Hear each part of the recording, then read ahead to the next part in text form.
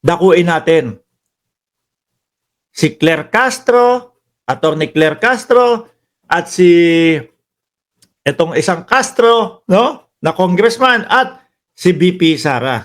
Nako po. Kasi si BP nagpe-fake news eh. Kataas-taas ng kanyang posisyon, nakuhang mag-fake news, mga kababayan. Ano sinasabi niya doon? Oh, na si Claire Castro at si Franz Castro ay magpinsan, magkamag-anak. Wala namang katotohanan, mga bossing.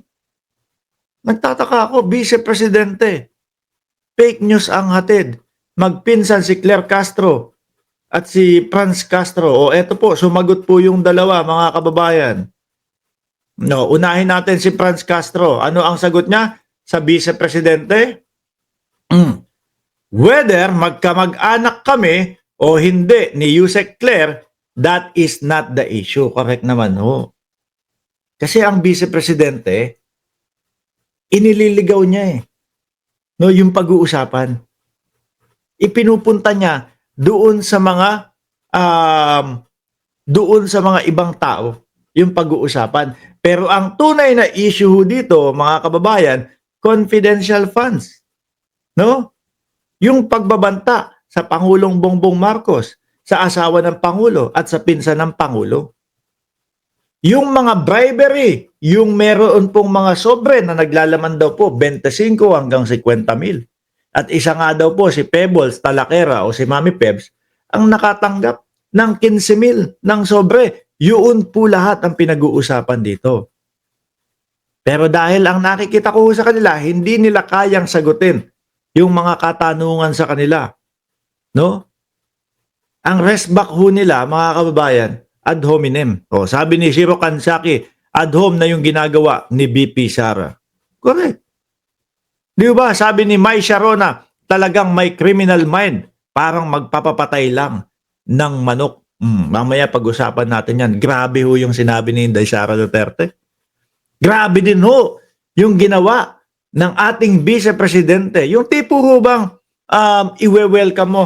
Welcome, no, the Vice President of the Philippines, Sara Zimmerman Duterte. Tapos makikita mo yung kung paano sila mangampanya ng bababoy ng tao. Pangit.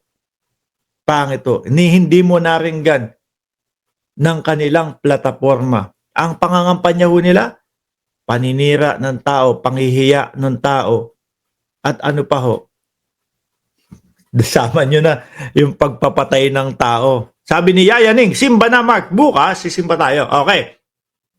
Sabi dito, whether magkamag-anak kami o hindi ni Yusek Claire, that is not the issue.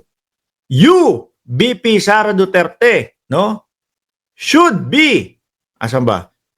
Should be accountable, no, on what you did to the millions of funds, no, entrusted to you by the people. Oh, yun po yung mga kinakaltas sa atin, kinsenas katapusan sa ating mga sweldo para maging pondo ng bayan.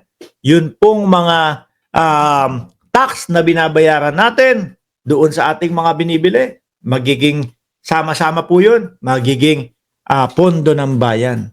Yun po yung ipinagkatiwala natin sa Vice Presidente na hanggang ngayon ho, paulit-ulit nating itinatanong, mga kababayan. Saan napunta? Merong binabayaran 250,000. 250,000 ha? One night. Isang araw. Saan? O rest house. No? Galing sa confidential funds. Rest house.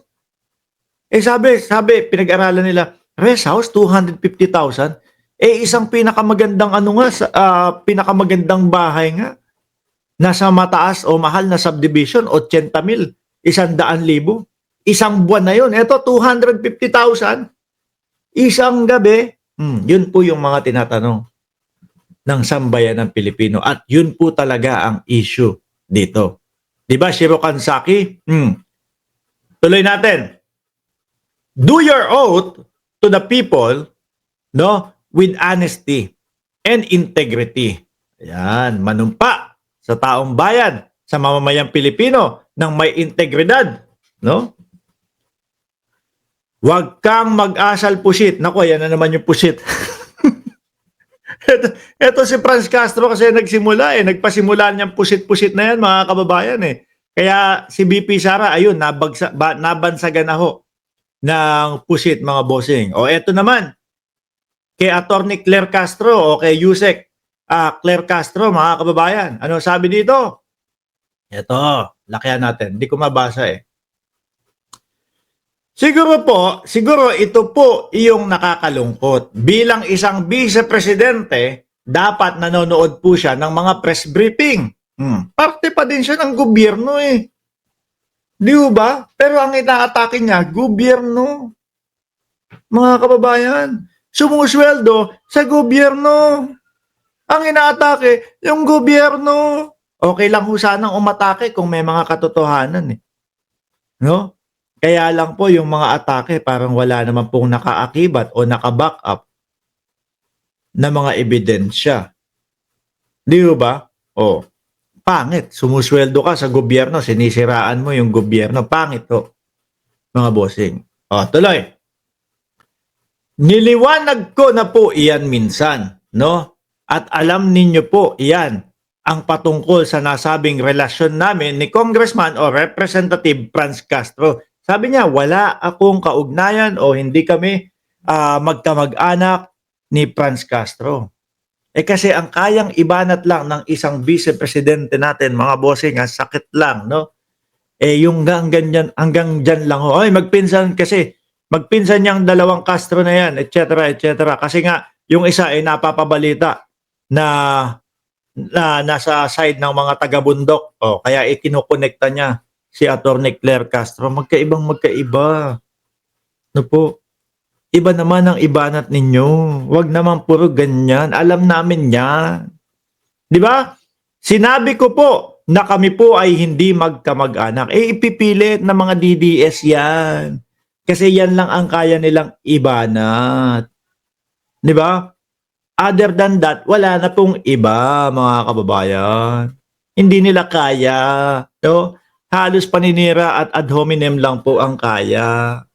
Sinabi ko po na kami po ay hindi magkamag-anak. Magkapareho lang po siguro ang surname. Pwede naman yun Madami naman gano'n. Ramos. Napakadaming Ramos sa Pilipinas. Hindi ba, kunyari, meron dyan sa comment section, magkaparehas kami ng apelido.